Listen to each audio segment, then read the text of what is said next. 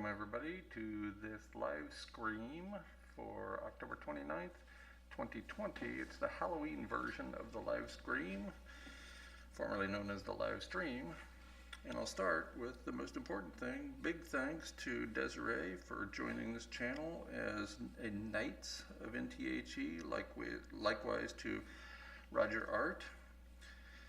Kevin Hester, thanks for upgrading your membership. And that's enough of the mask. Whew! I couldn't breathe. No, that's not right. Exactly. All right. Appropriately for this evening's live stream, I would like to start by talking about fear. How appropriate for the Halloween live stream to talk about fear. So, first was thanking people. Thank you all for joining in. And second, I need to correct an error. On our latest live stream from October 17th, 2020, I made a mistake pointed out by a friend. At the 3654 mark of the October 17th, 2020 live stream, I misspoke regarding the status of the planned high-level nuclear waste repository at Yucca Mountain, Nevada. The developing project was mothballed during the Obama administration, long before nuclear waste containers were moved to the planned staging area and before waste emplacement tunnels were drilled into the mountain. So, my apologies for the error. Tim Bob's Fait Accompli video, which was based on that live stream, includes the same error, this time at the 3825 mark, and I submitted comments on YouTube correcting both errors as soon as I discovered them. So, there you have that. So then, Woody Allen is credited with an expression that goes two different ways. One, quote, "I'm not afraid of death, I just don't want to be there when it happens." And the other version is, "I'm not afraid of dying, I just don't want to be there when it happens." Those are two very different statements, and so I want to differentiate between the two and point out that why we need not be afraid of at least having died. I'm not afraid of death. I don't think any of us should be afraid of death because, as nearly as we can tell, all that happens after death is nothing. Nothing. I'm not afraid of nothing.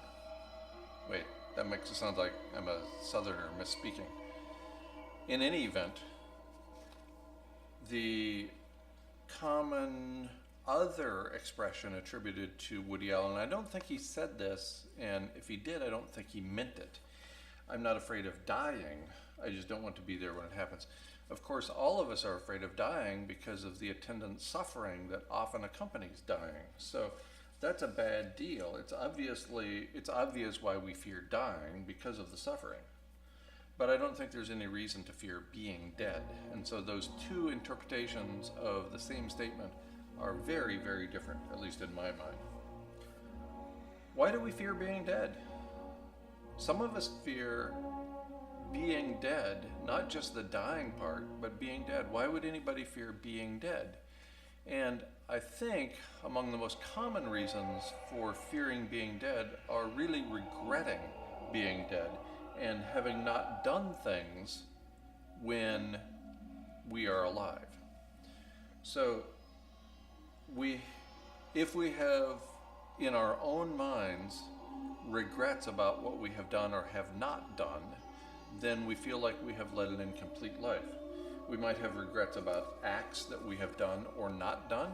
We might have regrets about relationships, particularly those we didn't complete. So I think those are common reasons why people fear dying or being dead. I want to throw out a few quotes here from reasonably famous people, starting with Ralph Waldo Emerson. quote, "He who is not every day conquering some fear has not learned the secret of life." And so Ralph Waldo Emerson perceived the world as being full of fears for us in the way we live or the things we do or the relationships we have. And the way to deal with that is to conquer those fears. Nelson Mandela said something very similar. The brave man is not he who does not feel afraid, but he who conquers that fear. So we all feel afraid at some point, is what Nelson Mandela is indicating. And those who conquer the fear are the ones who are living more fully and living courageously.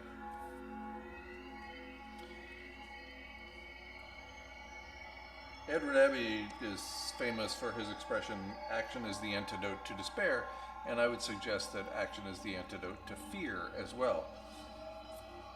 And here's a line about that from Dale Carnegie: "Inaction breeds doubt and fear. Action breeds confidence and courage.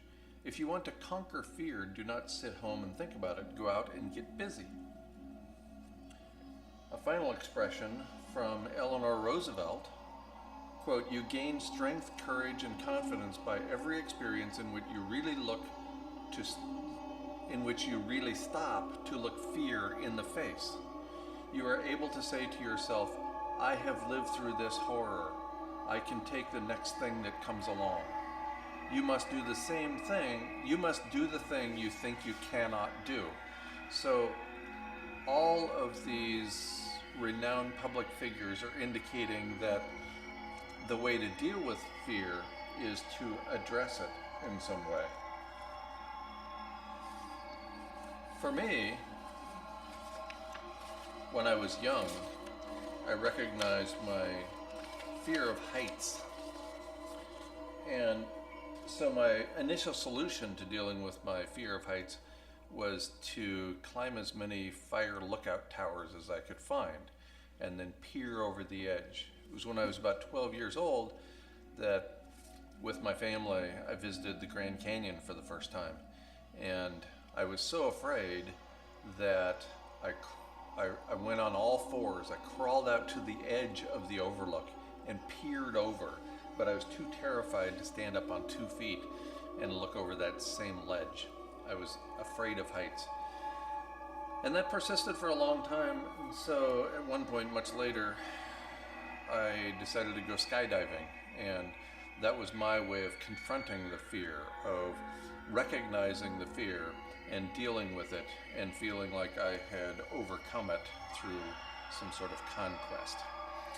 And so I'm asked about fear a lot, especially fear of dying, fear of the future, and my common response is to attempt to deal with your life, to try to live fully so that when it comes time that you are dying and you know you are dying, at least you won't have those regrets that come with having not done or having done some things. And that includes completing relationships. On that note, I strongly recommend the Grief Recovery Handbook by John James and Russell Friedman. This is the 20th anniversary expanded edition. It's a relatively short book.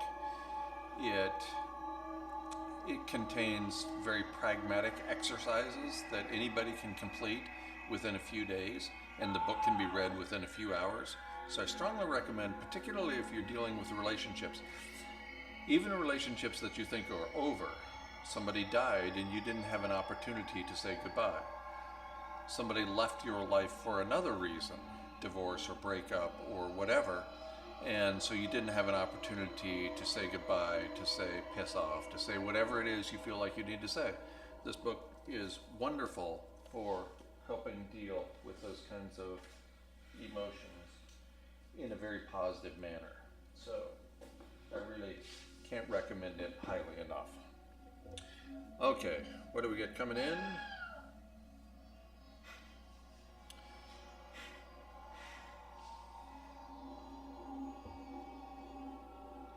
Please feel free to submit your questions and comments and give me something to rattle on about, because otherwise I'll just rattle on unnecessarily and irrelevantly, as if that's even a word.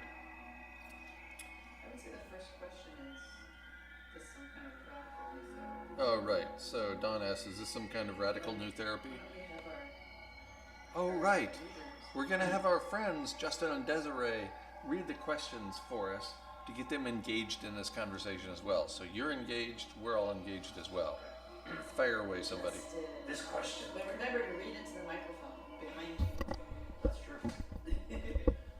This question from Don reads, is this some kind of radical new therapy? Alas, there's nothing new, and it's only therapy in the sense that you're dealing with an otherwise incomplete relationship. One of the signature moments in my life was completing the grief recovery workshop in January of 2014. Now, it was January 2010 that my now deceased father said to me, I never thought one of my kids would be reduced to milking a goat. And it was very painful for me, but I couldn't really sort through the feelings. I knew that that was hurtful, but I didn't know what to do. And then within a few minutes of beginning the grief recovery workshop put on by the Grief Recovery Institute, I realized that I was stuck in the relationship as it had been my entire life before this point. So this is just 7 months after I left active service at university, or maybe 9 months. And my father was making an extremely negative judgment about the action I had taken, the decision that I had made. And I didn't know that. I couldn't really feel that. I didn't know what was going on because I didn't know what grief was. I was experiencing grief and not knowing what grief was. It was 4 years later that I was taught my favorite definition of grief, which is wishing for a different past. I was wishing that I still had the same relationship with my dad that I had had for my entire life up till that point. And that relationship no longer existed. He and the rest of my family lost respect for me when I left active service at the university, and so they no longer felt the same way about me as I thought they did. So I was living in that different past. I was wishing for a different past. There are many ways to deal with our grief. First among them, is to recognize it for what it is. And I spent 4 years unable to recognize that I was dealing with grief because I didn't even know what grief was. Once I was able to acknowledge my grief, then I could deal with it in a positive manner. And I did, and I have. Good. Hans asks, can one die of placebo? The human mind is incredible. I heard a story when I was in my early teens, and it's probably even true, about a man who was in a boxcar, and he became locked in the boxcar, and night fell, and it kept getting colder and colder and colder, and ultimately he died of hypothermia, and the temperature never dropped below 65 degrees. Our minds are incredible. We can do things, we can believe things that are not true as a result of what goes on in our brains. And so, had this individual recognized that this is a short-term, relatively cool period, I doubt he would have died. But he thought he was in it for the really long haul and that it was a lot colder than he actually was. The mind is incredible.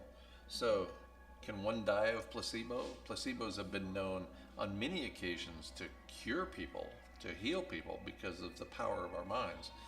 Can we also die from placebo? Not much would surprise me. I don't know enough to comment on that question other than to say it wouldn't surprise me if somebody could die from a placebo. Kevin Hester asks, go. Jeez. Kevin asks, I sent you a link about the loss of algae from the bottom of sea ice. Do you agree with me that it could be a trigger for the collapse of the Arctic marine food web?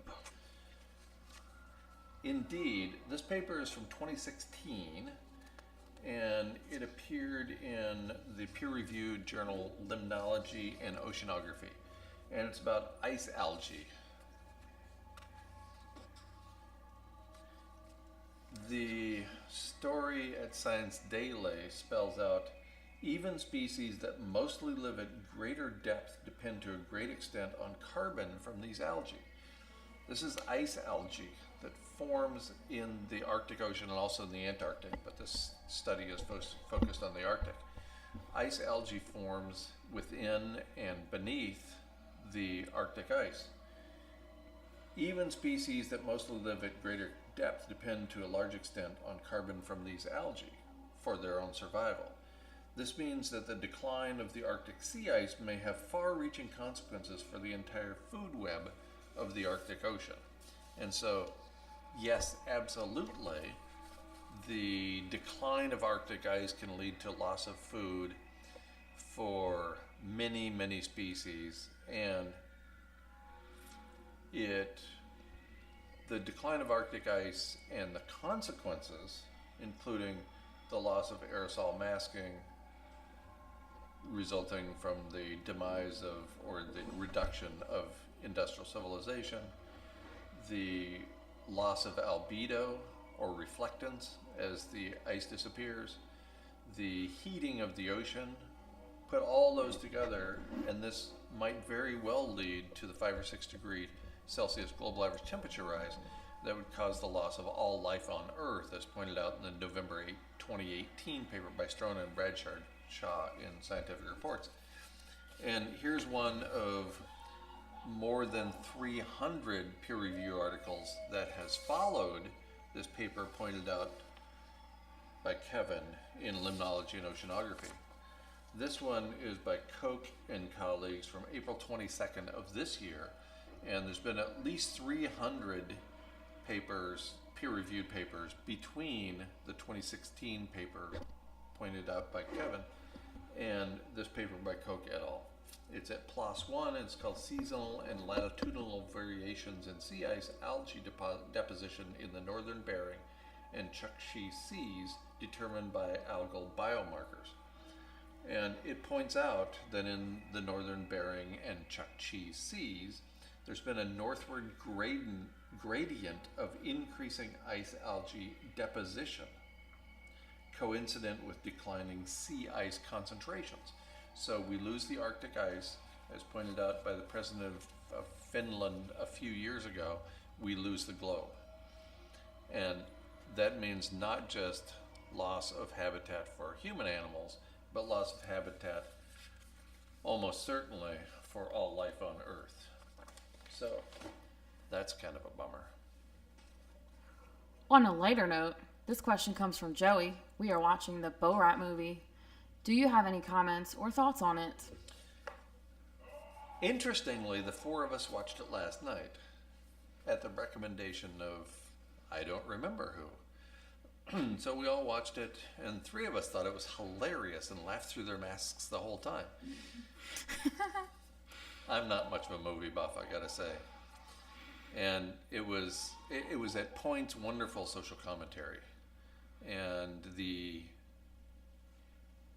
exposure it gave to Rudy Giuliani as he exposed himself was remarkable. That was better than anything I've seen a journalist write up, maybe ever. So there were some interesting, funny social commentary moments. I appreciated it. I was glad when it was over, maybe because I was cranky and I just wanted to go to bed because it was after 8 o'clock. So, there you go.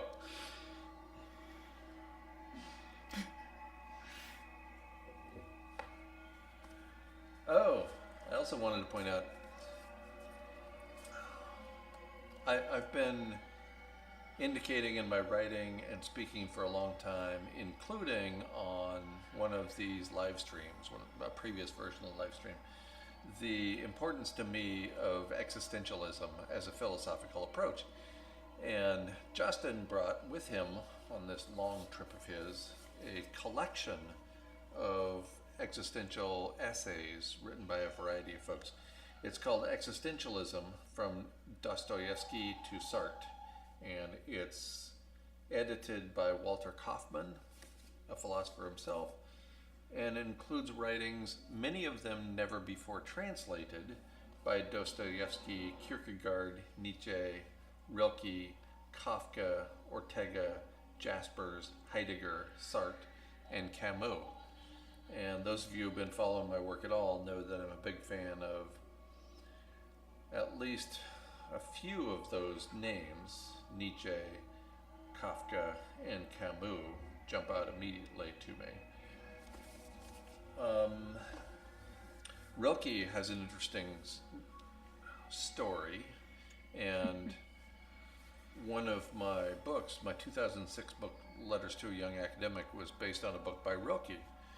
I don't remember the year, maybe 1911, Letters to a Young Poet, and there have been many such books, Letters to a Young Fill in the Blank, over the years since Rilke published his book. And actually, Rilke wrote these letters to a young poet, I believe it was F.X. Capus, and Capus collated them, put them together into a book that was then Letters to a Young Poet. And I'm not sure why I started telling that story, but this is a wonderful looking collection and includes many of my favorites.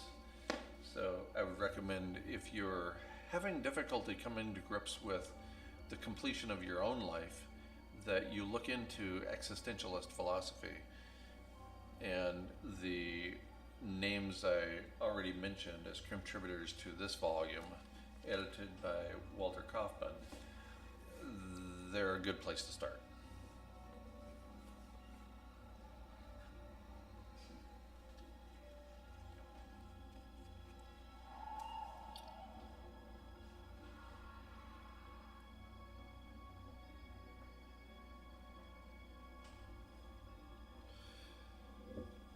So, somebody has a question. Joey asks, Carana, as in Sam Carana, posted that 0.4 C increase due to loss of sea ice. That should put us at about 2.4 degrees Celsius. Do you agree? And do you agree 3C is human extinction? It seems 3C could be right around the corner now. It's interesting because Carana is citing a recent paper indicating a 0.4 C increase in global average temperature as a result of loss of Arctic sea ice. Bear in mind that when we were at 1.7 above the 1.73 above the 1750 baseline, we were at the highest temperature recorded by our species Homo sapiens, experienced by our species Homo sapiens. That according to a paper by James Hansen and colleagues published in 2017.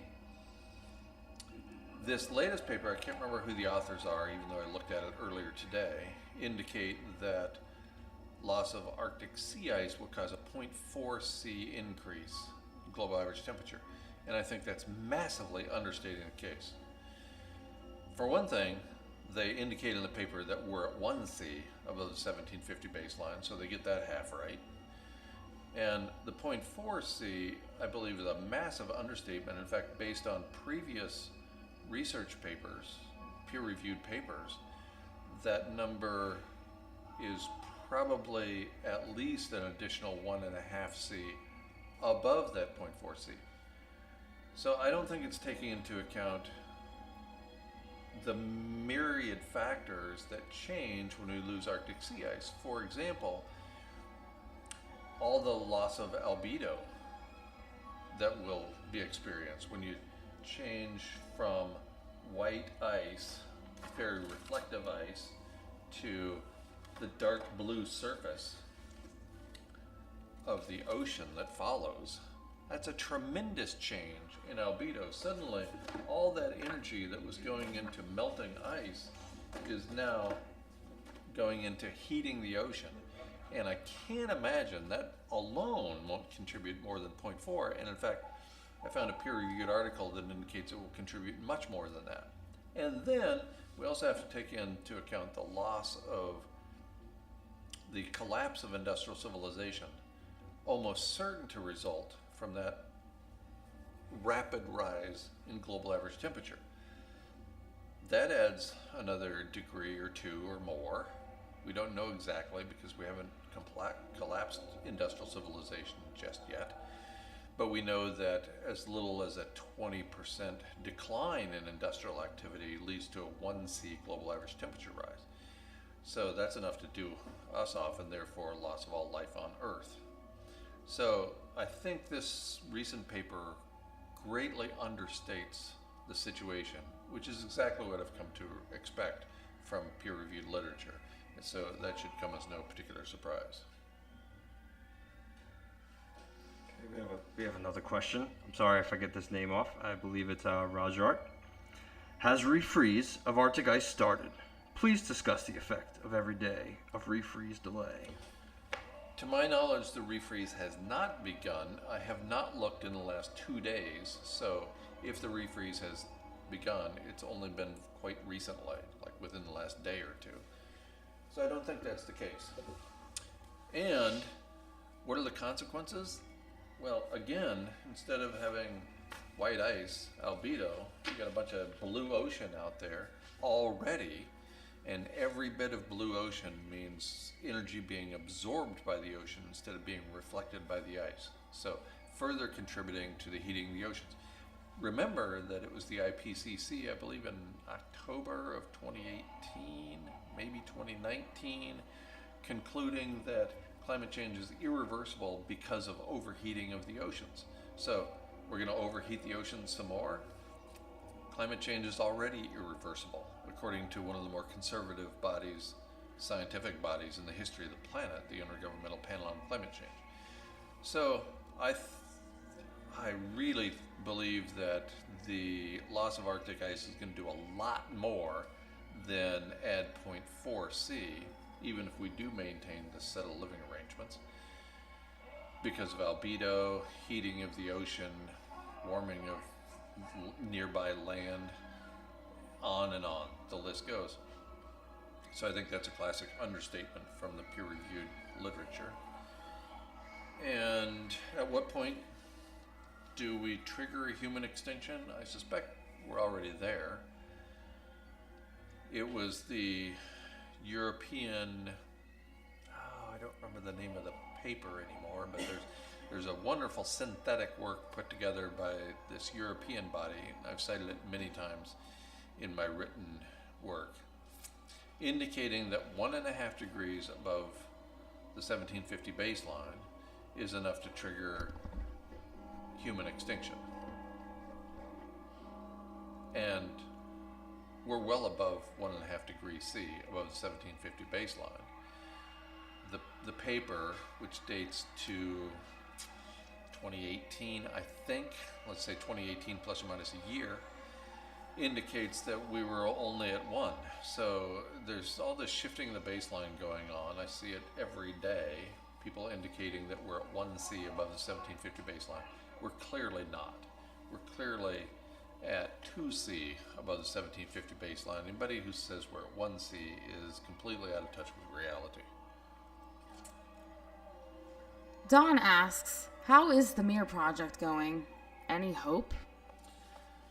So the Mir Reflection project can be accessed at mirreflection.com, I think. And Mir in this case is spelled M-E-E-R. Reflection spelled the customary way. So if you go to M-E-E-R reflection dot, I think it's com, you can catch up on where Dr. Ye Tao and his research group is at now and where they're headed. Any hope? I would have had a lot of hope had this project started in 2012 when I first began screaming from the rooftops about near-term human extinction. the late date of start now, 8 years later, gives me pause, and I don't have great confidence that we can pull it off at this point. That said, I think it is without question far and away the most viable approach to deal with an overheated planet. So I'm a huge fan of getting this project off the ground with respect to research and implementation. If you know any billionaires out there who are interested in preserving life on Earth, this is a great opportunity to get them engaged and point them towards MEER reflection, mere reflection, the Mere Reflection Project. So that's the best starting point that I can think of, is fully funding that project, which would require pocket change for several of the billionaires on the planet. Obviously not for you and me, but let's start today instead of when it truly is too late. B Uprights. Hello, Guy. What are your thoughts on the recent reports regarding the methane hydrate release? Fascinating. The Guardian ran a story on this yesterday, maybe the day before, indicating that finally indicating that the Guardian can report on this profound release in methane from the Arctic Sea. And they pointed to the East Siberian Arctic Shelf, where Natasha Shkova and her research team have been conducting research for a decade and a half at least. Now, the Guardian could have gone to the 2008 European Geophysical Union meeting, and the statement by Shkova and research team at that meeting indicating that an abrupt release of an enormous amount of methane was highly likely at any time. But the Guardian chose to ignore that. The Guardian could have focused on at least 3 peer-reviewed papers between that 2008 presentation and the more recent paper that was published just yesterday or the day before.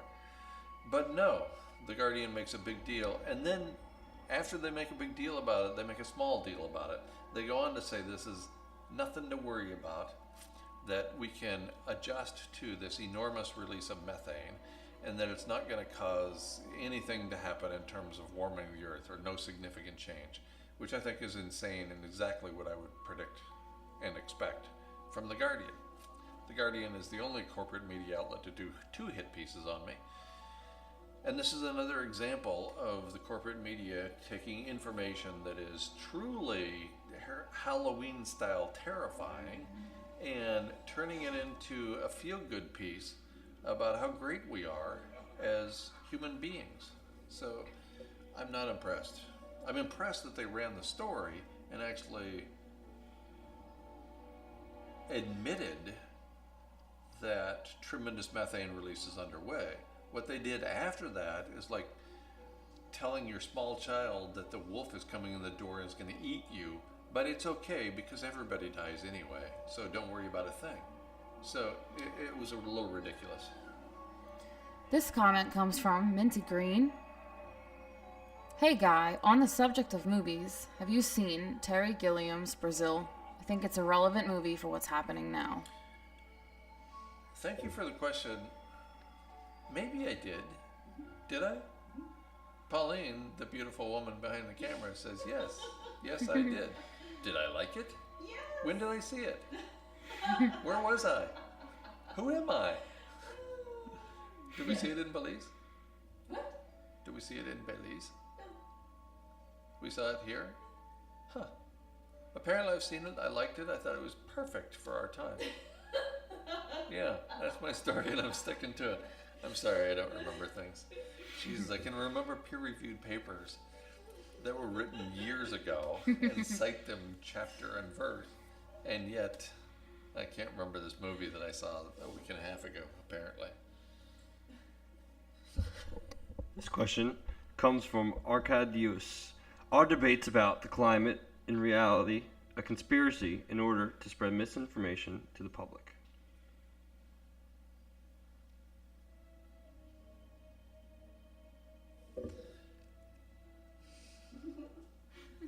You know, I think some people have actually convinced themselves that climate change is no big deal.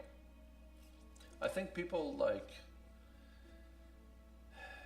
I think there's a lot of paid climate scientists out there who either believe that we're incredibly adaptable, that we can adapt to anything, that just because vertebrates are all going extinct and mammals are all going extinct, still the vertebrate mammals known as Homo sapiens will get along just fine.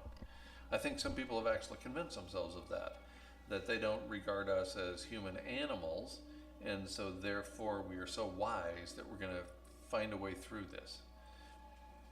So I think it's a mixed bag. I think other people know and they're not talking about it, because if you talk about it, you get what we'll just call for lack of a better phrase, the Guy McPherson treatment from the media, from other scientists, from family members, from pretty much everybody I knew back in the day. Betrayal. Nobody wants to be betrayed. Nobody wants to be defamed. Nobody wants to have horrible things happen to them. So I think some people do know, and they're just unwilling to talk about it, to take the optimistic, hopeful approach. And other people are just completely clueless about where we're at with respect to climate change. So I think it's a mixed bag. I try to be compassionate in my interpretation of how people are viewing what's going on in the world. But damn, some people make it hard. Luke says, "G'day Guy and Pauline. I've got a question in regards to the latest article on the methane bomb release in the Arctic. I've seen two so-called scientists reply with it's not a problem to worry about." Right, this is the article that appeared in The Guardian. I mean, the peer-reviewed article was the subject of a paper in The Guardian. I think that was yesterday. And again, I think that it's the scientists massively underplaying the nature of the crisis with respect to methane and every other thing. Bear in mind that at the beginning of the Industrial Revolution, carbon dioxide in the atmosphere was 280 parts per million, plus or minus a couple, and methane in the atmosphere was 750 parts per billion. Well, we're now at 412 parts per million carbon dioxide in the atmosphere, and James Hansen said years ago that 280 was the highest we could experience, or maybe 350, and thus was born 350.org. And the lies they continue to tell about our ability to get back to 350 parts per million. And we don't even know that's safe, by the way. The safe number seems to be 280 parts per million, and we're quite a ways beyond that at this point. Now, methane, 750 parts per billion, which is where we started the Industrial Revolution, and we're now at least double that. That does not bode well for habitat for human animals on Earth, or any other organisms on Earth for that matter. So I think this is a classic case of underplaying the severity of the crisis in the name of retaining privilege. And I've witnessed it essentially my entire adult life, and particularly during the 11 and a half years since I left active service at the university. Thank you, Suzanne, for your contribution. I very much appreciate it. Alex writes, are we likely to see any positive flourishes from nature as we go through the changes as a last hurrah type of occurrence for that species? Welcome, Suzanne Glover, to membership as a climate defender. And are we likely to see any positive flourishes from nature as we go through the changes of the last? Maybe. You know, because we've never been here before, it's difficult to say how every organism will respond. Cockroaches might flourish. Mosquitoes might flourish because of the extra water. A warmer earth is a wetter earth, as we've known for decades now. And so it could be that the increase in water bodies and area of water will increase habitat for mosquitoes. That's a lovely thought. So it could be that a few species will get along just fine, or that habitat for them might actually increase over time in the not too distant future. But I suspect that would be a relatively short-lived phenomenon involving not very many species compared to the billions of species that occupy Earth right now. So we can't know with great certainty, of course, but I think that's about right. Guy, this is more of a responsive question for you from Kevin.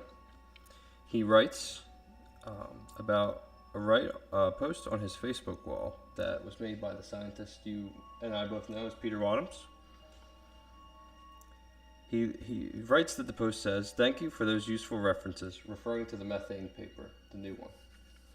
"Like you, it gives me no pleasure to say I told you so to the assorted skeptics and complacent IPCC-type scientists, except for the ones who have personally insulted me, then gone on to get fat as establishment." Kevin requested that you comment on Peter Wadhams' comment.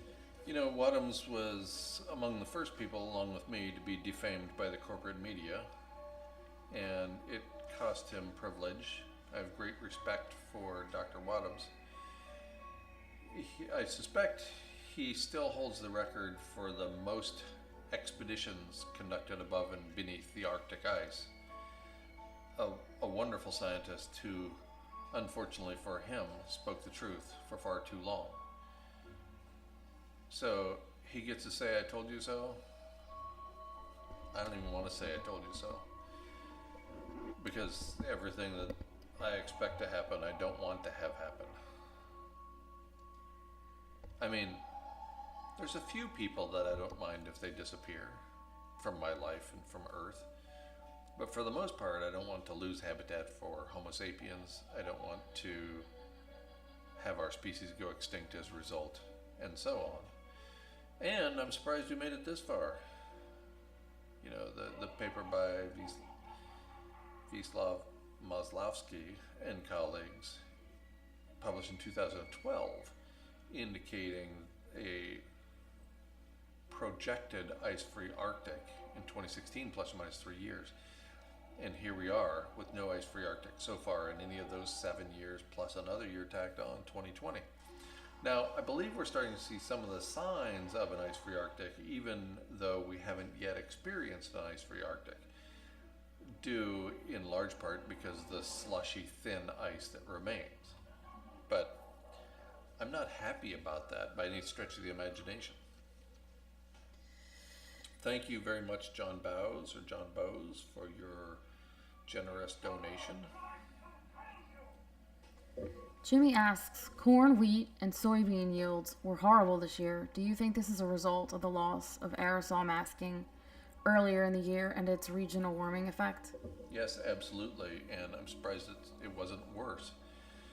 And I started talking about this as soon as it was apparent that aerosol masking was being lost, first in the area around Wuhan in China, then in India, then in a large area in Eurasia, and ultimately in the northeastern United States as well.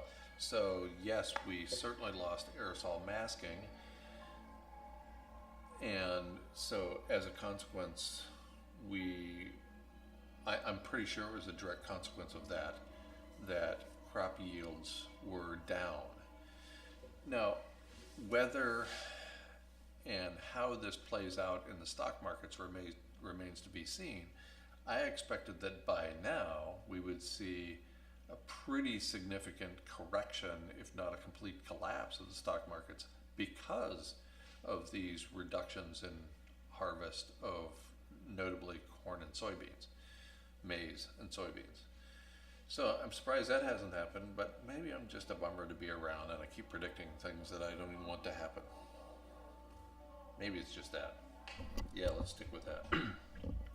Hans writes, Albert Einstein said, quote, spooky action at a distance. About quantum entanglement. Have you made any thoughts on that phenomena? I love the expression, spooky action at a distance, but I know essentially nothing about quantum physics, much less quantum entanglement. I haven't gotten myself entangled in that conversation yet, and I think I'll just stay right there. Obviously, Einstein was genius. My favorite line of his, with respect to development of the understanding that led to the splitting of the atom, he said, and I'm paraphrasing here, had I known what they were going to do with it, I would have become a shoemaker, indicating that he felt so terrible about the information that he used being produced to create nuclear weaponry that he wished he'd never gone down that route.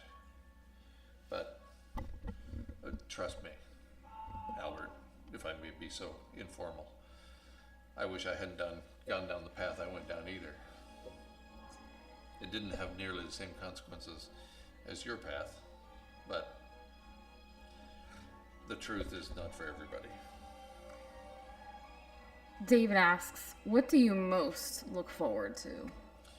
What do I most look forward to? Another day upright. Or, as the former caretaker at Pauline's property in Belize said, like the first time I had a conversation with her of any merit, I mentioned another day upright being a good day, and her response was, horizontal is better. So, I agree. For the most part, horizontal is better. And I mean it in a way that probably, maybe she meant it, maybe not. I'll leave that up to your imagination. Rod Garrett writes again, what do you think will be the most visible, quote, top 10 evidences of the entry into the final terminal acceleration of collapse?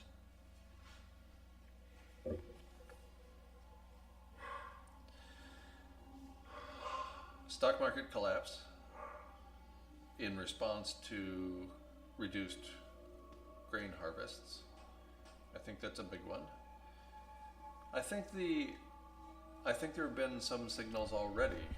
The admission that 1.5 degrees Celsius above the 1750 baseline could be an extinction level event for humans, as announced in a comprehensive assessment by the European group. European strategy something comes to mind. Anyway, I've quoted it frequently in my written work, so you should be able to find it easily there. And that was at least a year ago that admission was made. So that's an indication that we're headed the wrong direction. The loss of aerosol masking that has already occurred as a result of COVID-19 is a pretty good indicator. So there's three: the amount of methane in the atmosphere and the amount of carbon dioxide in the methane are two more amount of carbon dioxide in the atmosphere. Atmospheric methane, atmospheric carbon dioxide, both are indicators that we're way past the point of no return with respect to the demise of the cell living arrangements and therefore the loss of all life on Earth. So there's 5. I'll stop there. This one comes from Pauline. For those who haven't seen the morning updates, why is stocks important to climate chaos? First of all, thanks to Hans for the donation. Treat for the crew, that's great. Oh, I shouldn't have said that out loud, then they wouldn't have known they were in on it. I could get all the ice cream to myself. Speaking of ice cream, which, as regular listeners know, is one of my favorite subjects and one of my favorite meals. And yes, ice cream is a meal. Let's not get into an argument about that. these two, Justin and Desiree, brought with them this spectacularly beautiful cake that I can't say enough about, and that served as breakfast. Was that today or yesterday? No. Today. That was breakfast today. That's the way to start your day. Chocolate cake for breakfast.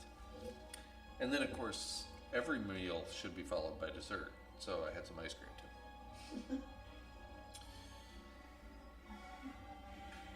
For those who haven't seen the morning updates, why are stocks important to climate change? Well, stocks might well be, and especially the declining stock values we've seen over the course of the last week or so, might well be indicative of one of two things: reduced industrial activity, which, as we know, triggers a global average temperature rise that is substantial in terms of our continued survival.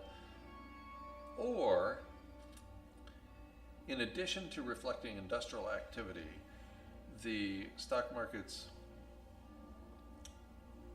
might be indicative of reduction in crop harvests. And either of those indicates a near-term demise of habitat for Homo sapiens. So that's why we continue to make those videos on a quite regular basis. Typically now every Monday and Wednesday and Friday, after we were doing it every Monday through Friday for a while. We continue to make them because of the leading indicators they might well be providing. And yes, I know the stock market has its challenges, like it's rigged, and there's something called the plunge protection team, and there's all this other stuff going on that removes from reality the numbers we see on the markets. But still, they might very well be useful, and that's why we continue to track them. Jimmy asks, what are you dressing up as for Halloween? I just did it earlier. I dressed up as myself, as Guy. You might know him as Guy Fawkes, but really it's just an earlier rendition of myself. Remember, the 5th of November.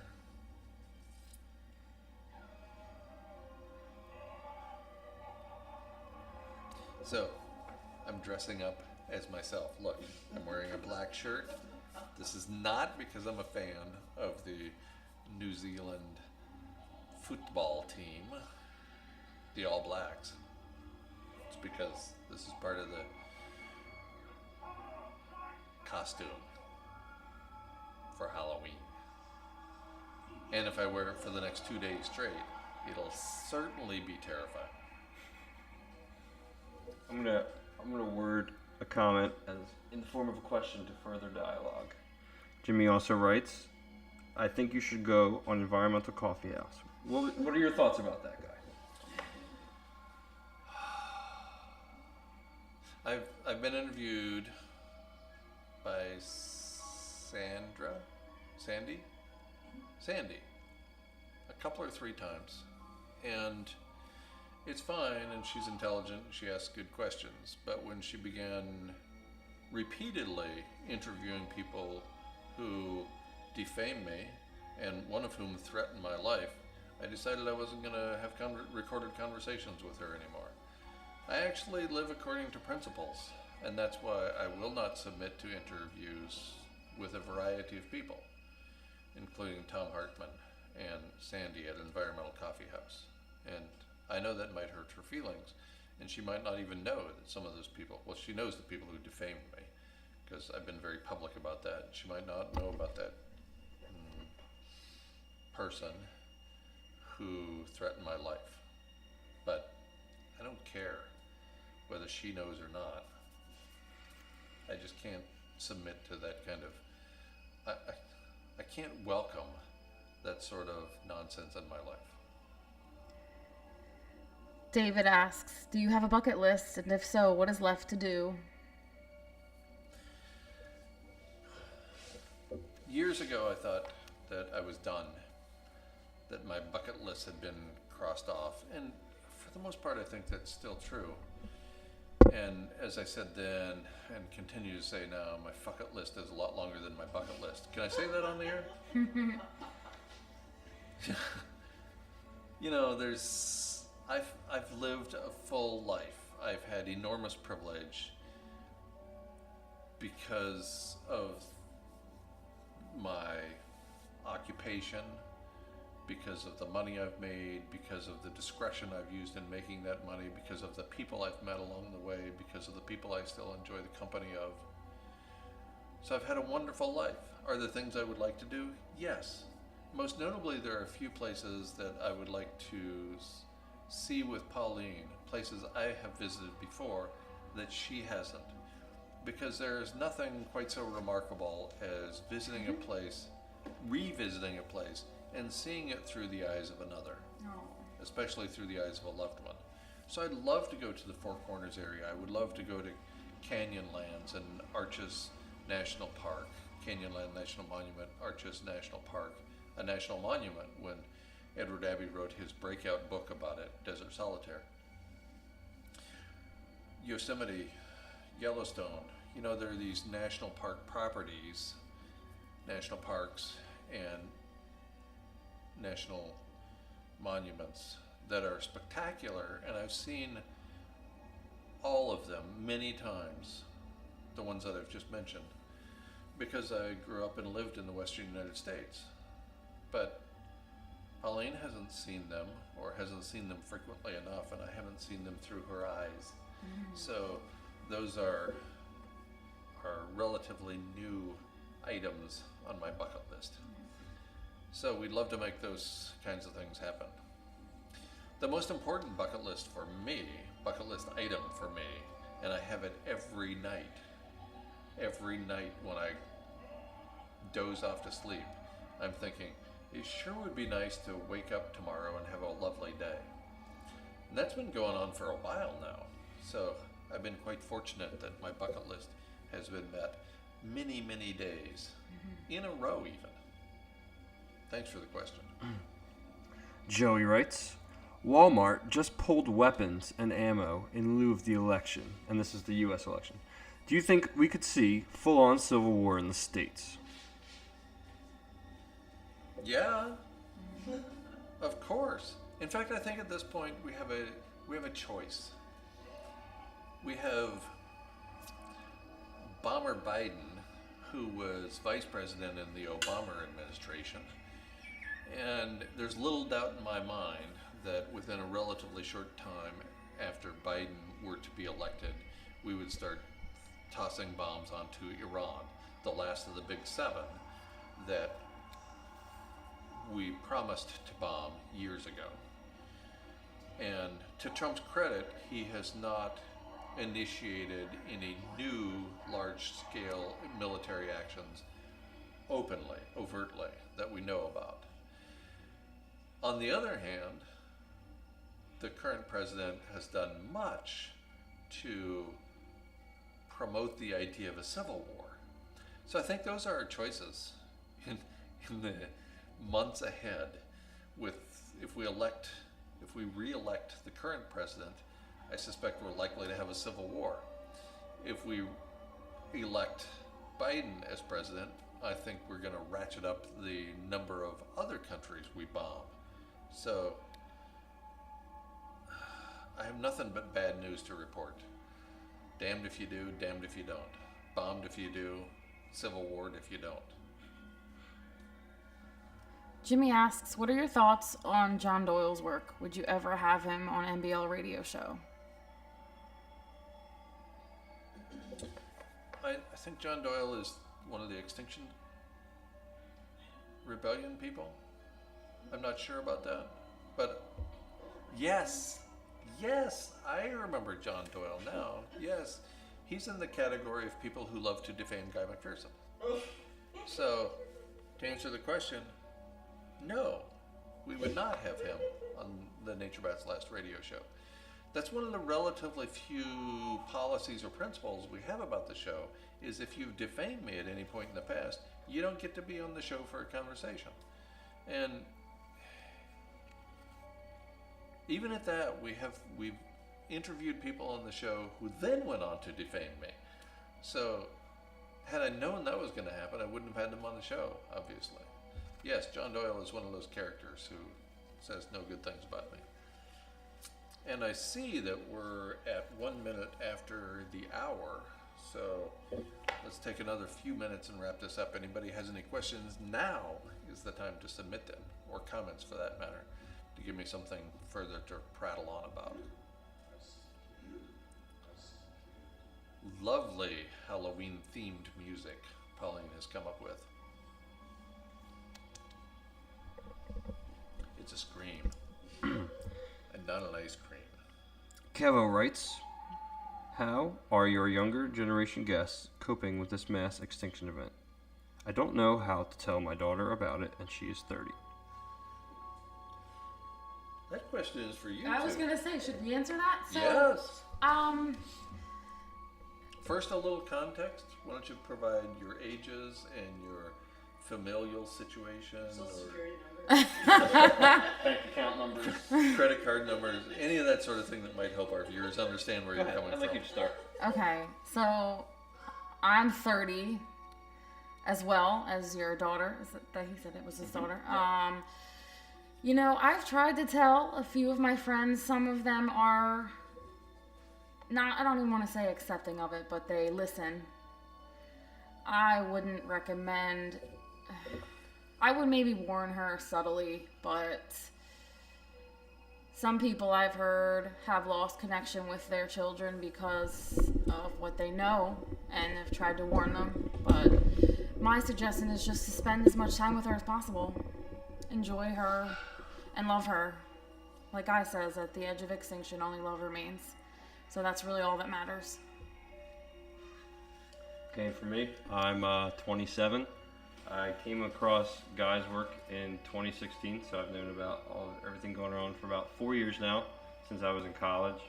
My familial situation is I'm slowly, more and more quickly this year, losing contact with my parents because I've tried to explain a lot of this stuff to them, and I feel like they're on the page, but they don't really believe that it's going to be something that happens in our lifetime. So my family structure has more to do with my partner and the people that I keep in close contact in groups such as MBL, and people that are more focused on the present predicament of near-term human extinction. That's more so what I call my family anymore these days.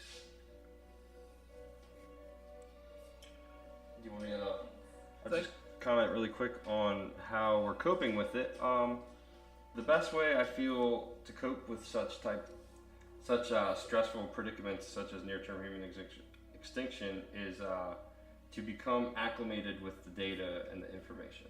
I feel like it's important to know the specifics of how human civilization has slowly polluted and killed off everything to the point where we won't have any more species. I think it's important for everyone to understand that and accept it, and accept that as much as we can do things that are preventative measures, but we should all really accept that at some point in the near future that the rest of humanity has sealed the door for us, so to speak. So the best thing we can do is, Guy and Pauline mentioned, we live for the now. We experience, we try to have every experience each day with joy and happiness. And although the situation right now can be sad and scary and depressing, I don't really look for hope as much as I look for a sense of community and understanding with the people that accept these measures. That helps me cope the best, I feel. Thank you for those wonderful responses. And as we wrap up, Arcadia's Jan says, does it matter which president will be chosen in your country? In my opinion, it matters only in the sense of whether you want a civil war or whether you want the bombs to fall on brown people outside of this country. It matters not to me.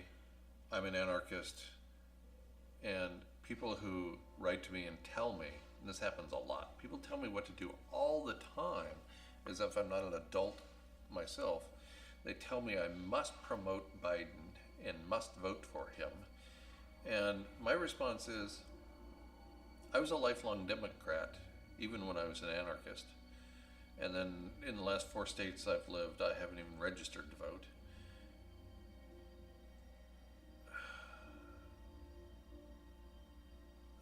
So my response to whatever flavor you want to be in office over the next 4 years is, who do you want to take responsibility from a historical standpoint for the loss of all life on Earth? Because that's what happens. That's what's going to happen almost certainly within the next 4 years as we lose the Arctic ice.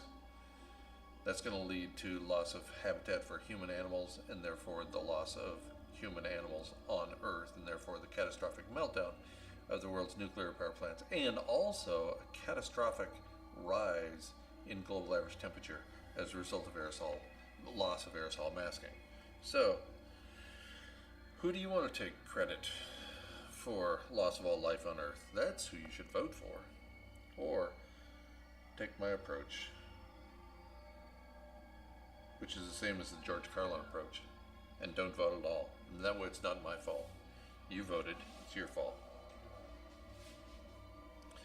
Thank you all, everybody, for joining in. We're going to terminate now, Arnold Schwarzenegger style. So, Pauline, can you turn off the cameras and pretend like we're going away? Bye, everybody. I look forward to doing this in another 7 to 10 days. We'll do this again. Another 7 to 10 days. So look for the notification on this YouTube channel and also at naturebat's.guyMcPherson.com. So we will announce it in both those places a few days in advance.